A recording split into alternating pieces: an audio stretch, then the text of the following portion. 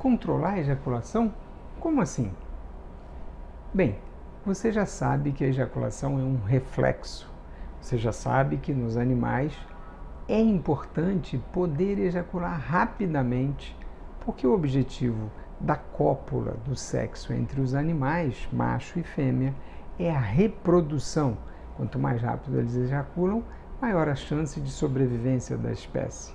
Você já entendeu que há um centro gerador da ejaculação que fica localizada na medula, medula parte do sistema nervoso, está localizado dentro da nossa coluna. Então, como acontece? Os estímulos na região genital vão até a medula, se interagem com os neurônios que se encontram ali e voltam como uma ordem para que haja a expulsão do sêmen em jatos pela uretra. Esse é o reflexo da ejaculação, mas é possível controlá-lo. No ser humano, há uma forte interação entre esse centro gerador da ejaculação na medula e o nosso cérebro.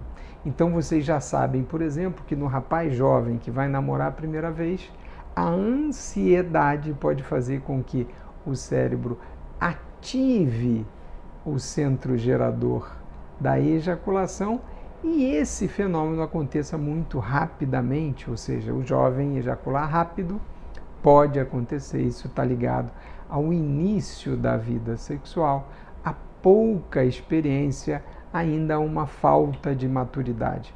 Mas o que acontece naturalmente é que isso vai evoluindo com o tempo e com uma maior tranquilidade e autoconhecimento. Esse rapaz, virando adulto, vai evoluir para um controle melhor. Um outro exemplo interessante que eu coloquei no post é a prova de que a ejaculação é um reflexo nos pacientes que infelizmente têm um traumatismo raquimedular, ou seja, uma secção, um dano grave na medula, impedindo aí um controle, uma comunicação adequada entre o cérebro e esses centros geradores. Com aparelhos vibratórios é possível mandar esses estímulos para o centro gerador, mesmo no paciente com o traumatismo raquimedular, e essa ordem para a ejaculação permitiria a captura do sêmen com espermatozoides e uma possível tentativa de reprodução assistida. Então, esse seria um método de coleta do sêmen em homens que infelizmente sofreram um traumatismo raquimedular e não conseguem mais a ejaculação anterógrada para frente, a ejaculação natural que acontece em quem não tem esse tipo de lesão.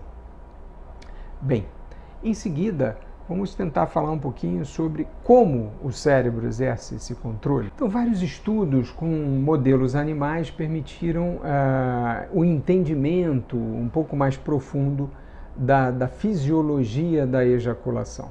Hoje a gente sabe que existem neurotransmissores, então são substâncias que o cérebro usa para uma comunicação, uma transmissão das mensagens de um neurônio para outro. E esses neurotransmissores hoje desempenham um papel muito importante em todo o fantástico equilíbrio que ocorre dentro do organismo. Os neurotransmissores mais ligados a esse processo da ejaculação e que nós conhecemos com maior profundidade são a serotonina e a dopamina, sendo que funcionam como modelos de como o cérebro inibe a ejaculação, e aí a gente está falando da serotonina, das vias serotoninérgicas, e como ele estimula a ejaculação, sendo esse o exemplo, a via dopaminérgica. Claro que existem vários outros envolvidos, mas vamos ficar nesses dois que permitiriam a gente exemplificar de uma maneira clara como esse controle ocorre. Então, se chegou à conclusão de que a serotonina era tão importante. Então, nos modelos animais é possível estimular ou bloquear alguns receptores dessas substâncias e entender o que acontece com o reflexo ejaculatório. Então, quando se bloqueia o receptor da serotonina, alguns tipos de receptores, é possível perceber uma mudança no controle ejaculatório. Então, dependendo do tipo de receptor, você vai ter um efeito ou outro. Isso vale também para a dopamina.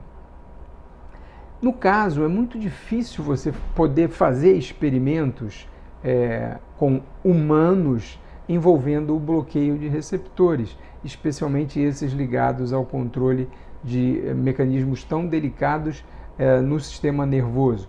Então, o grande avanço no entendimento do mecanismo de ejaculação no ser humano veio com o advento dos inibidores de recaptação de serotonina, que são antidepressivos, que passaram a ser usados no tratamento da depressão, mas vejam que interessante, de maneira não esperada e como um efeito adverso, percebeu-se que o homem que fazia uso dessas substâncias tinha um retardo na ejaculação e às vezes até uma dificuldade para conseguir ejacular.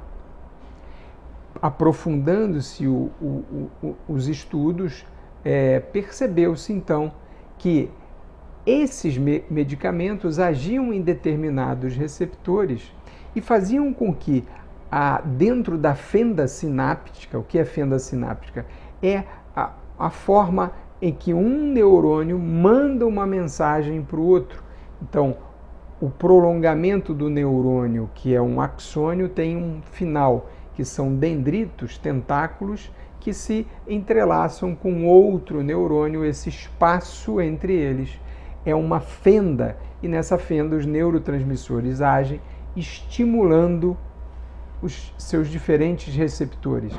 Então, quando se usa um medicamento desse tipo, um inibidor da recaptação de serotonina, o que está se fazendo é aumentando a permanência da serotonina, desse neurotransmissor, dentro da fenda e permitindo, então, uma maior interação da serotonina com os receptores. Quando isso acontece, o que a gente percebe no homem é que há um retardo na ejaculação. Então vejam que interessante.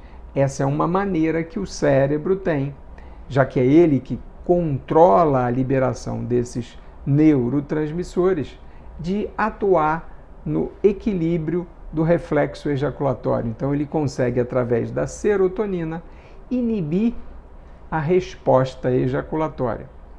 E isso foi melhor conhecido dentro da saúde humana com o advento dos antidepressivos, desses medicamentos da classe dos inibidores de recaptação de serotonina. E, logicamente, hoje, os médicos utilizam esses medicamentos quando tentam atuar nessa patologia, ejaculação precoce. Então, se eu tenho uma pessoa que ejacula muito rapidamente e sofre com isso, eu posso, através do uso desses medicamentos, melhorar esse nível de controle.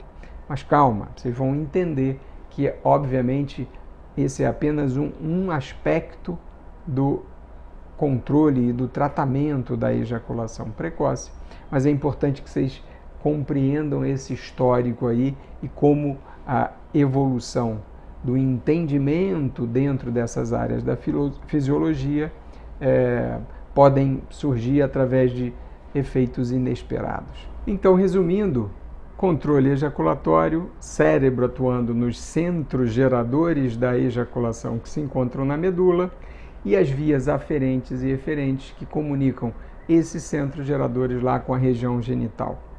Obviamente, os estímulos excitatórios que vão atuar nesses centros geradores da medula, o centro gerador da ejaculação, podem vir de qualquer das sensações humanas que levam a uma excitação. Então, a parte visual é importante, o olfato, a audição e o tato, obviamente, participam dessa mágica que é ir estimulando os centros geradores que vão acumulando estímulos até um determinado nível para que haja o gatilho que deflagra a ejaculação. Já sabem então que a serotonina é hoje o neurotransmissor mais valorizado dentro dessa dinâmica aí de controle da ejaculação e que seria um neurotransmissor inibitório. Por isso que quando a gente aumenta a ação da serotonina dentro desses centros, a gente vai acabar tendo um retardo, uma inibição da ejaculação. Por outro lado, a dopamina seria um exemplo de um neurotransmissor excitatório, ou seja, que facilita a ejaculação. Então não deixem de visitar o site, onde tem bastante assunto interessante sobre a sexualidade masculina. Não deixe de contribuir me enviando a sua dúvida, o seu comentário, a sua sugestão de um outro tema interessante ou um assunto a ser abordado aqui para o e-mail que aparece no vídeo.